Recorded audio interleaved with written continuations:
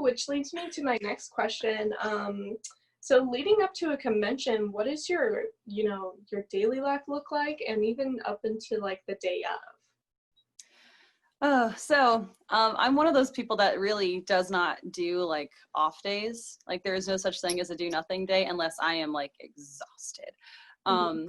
So every day, even if it's like housework or something really important, is somewhat scheduled. It's loosely scheduled is my happy zone. So I have a structure to follow, but it's not like a to the minute type schedule where I'm freaking out if I forget something. But like on a day-to-day, it's usually one of those things where like today we had to do this awesome interview, and I was like, okay, let me make sure that I set my alarm so I'm not like taking that liberty of sleeping in for today. I know to get that ready. And then I've already got the rest of the day planned out right after this. So everything from free time before work starts, when work starts, and even dinner is already mentally prepared. Nice. Doesn't always go as executed, but it's always there. But convention days are way different. Convention days usually start getting up really early, even if I don't have to be there early, because I have to be up and ready. So something like coffee is essential. Makeup can take quite some time depending on the character. So I usually allow at least like an hour and a half for makeup and random fixes as you're getting into the costume, and oh, that popped off, now I have to wait for this glue to set. So things like that, emergency time planning, and then usually commute time as well. If I'm not at the convention already, I'll have to plan for a commute. So and being in Orlando, you never know. Yeah, of course. So, and then once we get to the con, man, it is free times, it is good times, you're good to go. Yeah. But it's usually that lead up from when I'm at the starting point to when I'm at where I need to be for the day. And then once I'm there, I'm usually good. Yeah. Now, are you like a con crunch kind of gal, or are you like, as far as costumes, planning it out like a month, and you'll be like, okay, this week I'm going to work on adding a sleeve to this bodysuit, or, what does that look like for you? In a perfect world, I would love to say I'm the second part, that I am so put together and I got it all laid out. And that is the intention. But in reality, I am con crunch girl. I am procrastination's spokesmodel. It seems like everybody is, though. I really feel like it's like an artist curse type thing. Like it's like writer's block. Everybody gets it, and then when it hits, it hits. But of course, it hits like while you're at like a weekend conference or you're like on a weekend retreat with your family. Then it hits, kind of thing. And like the way I kind of supplement that is I specifically save some of my weekends for costume days, because it'll hit me at 2 a.m. I will be like chilling out, had a whole day of trying to get motivated, didn't happen. 2 a.m. I'm like, oh, I can make this whole thing right now. And it just clicks and we go. Same way. Yeah, but something like Mera, it did take a lot of planning, because that one was a lot of hand stitching. I know I mentioned this like a couple times, but it's the rhinestone or the sequins on the suit are all hand sewn, and there's over 3,000 of them used, and that's just with the front. So it was one of those things where I'm like, I had about 3 months to get it done. So I kind of did the math on it, and I was like, okay, so if I take like 20 minutes out of every day for the next 3 months, I should get it. Oh my God, true. So it just really depends on the costume. Like Bayonetta took me 3 years to really start to finish, but that's because I didn't want to con crunch it. I didn't want to like just throw it together. But then other costumes, like my Mera from Lore Olympus was literally done in 5 hours. It's just true. Depends. Yeah. And you talk about, some Blizzard cosplays. Those are crazy. I am a huge Blizzard fan. BlizzCon is like my dream convention one day. Like, anything from WoW, some costumes from Overwatch I really want to get into, but it's just like, those are the ones that you need to plan out. And then there's some that are like, this is already in my closet. Absolutely. Yeah, it's funny. Actually, Witch Mercy was my first Blizzard costume. And I actually, so like she came out October, like second or third week of October of that year. And then I had her done by the first week of November. It was insane. But it's one of those things where it's, oh, sorry? When that skin hit though, that changed the game for Overwatch, literally. I remember that. Everybody was super on board, but it's one of those things. It's like when you see the design, you see the character, you see the potential of that costume, and sometimes you just kind of get swept up in it, and that's exactly what happened. It just kind of like like the motivation hit, I saw how I could do it in that short period of time, and I was like, but we got to go now. And that's what happened. It just started and didn't stop till it was done. Yeah. Now to kind of tie this into something else, I know that you locally here in Florida, and I don't know about anywhere else actually, let's talk about that, but you do burlesque. Mm-hmm. Yeah, so tell me about that. Is it, I want to know about that, but I also want to know, like, as far as planning your outfits and everything, does it go the same way? Oh no, burlesque is a totally different creature when it comes to prep work.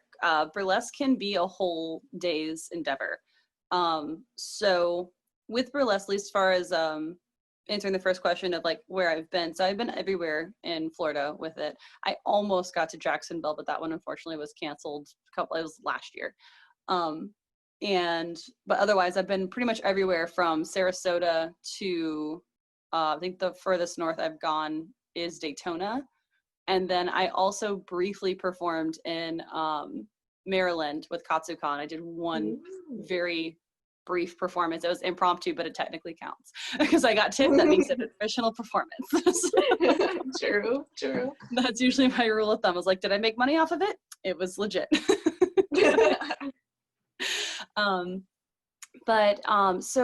So burlesque for me, as far as the process goes, it is a pretty lengthy process as far as getting ready. So it actually starts day of performance because my diet really does affect what's happening that day. Because if you guys have ever really taken a look at your own bodies, what you eat, at least my body at least responds in different ways. If I eat a lot of really fatty things, I'm going to get a little pudge out.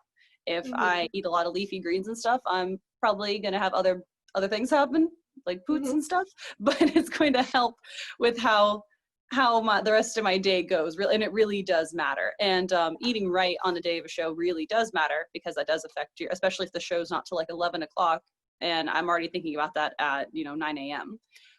So that's the big first change in the day is dietary choices does definitely shift for show days. But in case you guys are wondering, yes, you need to eat. Don't not eat at a show. Yeah.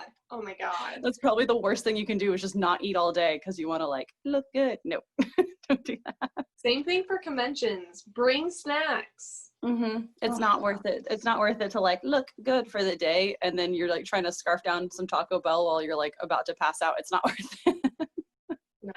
No. But then after that, it's usually the first thing I do is I head count all of my costume pieces. I make sure, because of course with burlesque you can have up to like 6 or 7 layers on hand, and it's very easy to forget something, and that throws off your whole routine. So I make sure everything is where it needs to be, because especially since I have a lot on backstock and I pull from my closet a lot, I don't have to always create new things. I always like, yeah, I got those gloves in there, and then I go look and go, I don't have those gloves. Yeah, where are those gloves? I've been in the same position. Exactly. So always getting a head count and then making sure they all look good. They're all rhinestoned, and since they have been used before, they're looking nice and clean and new. And then taking that time to do any repairs throughout the day. Usually by like the afternoon, if I have anything else to do, that's the time that I do it. Kind of relax a little bit. I usually will listen to the songs that I'm performing to on repeat, just so I can keep the pace in my head and make sure I have everything thought of, because it's really easy to be on stage and blank out sometimes. And then once it gets closer to showtime, I always do makeup first. So show makeup is always longer than cosplay makeup because it's layers and it's glitter and it's all it's fabulous. I love it, but it usually always takes just as long, if not longer, than cosplay makeup. Then it goes into so I always get my final layers on at home before I hit the venue. That's just a comfort thing because I like to have everything set and looking good, and I have a mirror. No one's crowding me, no one's rushing me. I'm like, I have my moment. I'm good. Yeah. So I get my final, like my final show layer on at home. Then I always pick something really baggy and comfortable. It's one of those things where like if you couldn't look at my face and you just saw me walking in, I'd look like a bum. Yeah, same. Always. Yep, baggy pants, usually a zip-up hoodie because it's easy to get on and off. So some sort of like after the show clothes to wear for sure, so I can walk home comfortably type deal.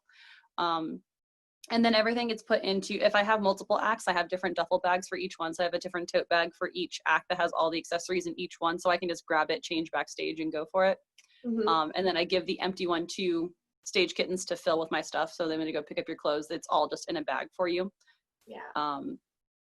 And then after that, it's pretty much get into first show. Usually I do 2 acts. So I usually do first show act backstage.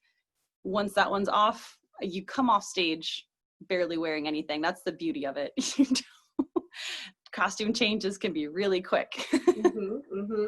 And then it's time to get duffel bag number 2 out. Got that done. And then I usually have 3 different types of robes I alternate through, but I have like one that has a monogram of my show initials. I have this cute little sheer one that I wear sometimes.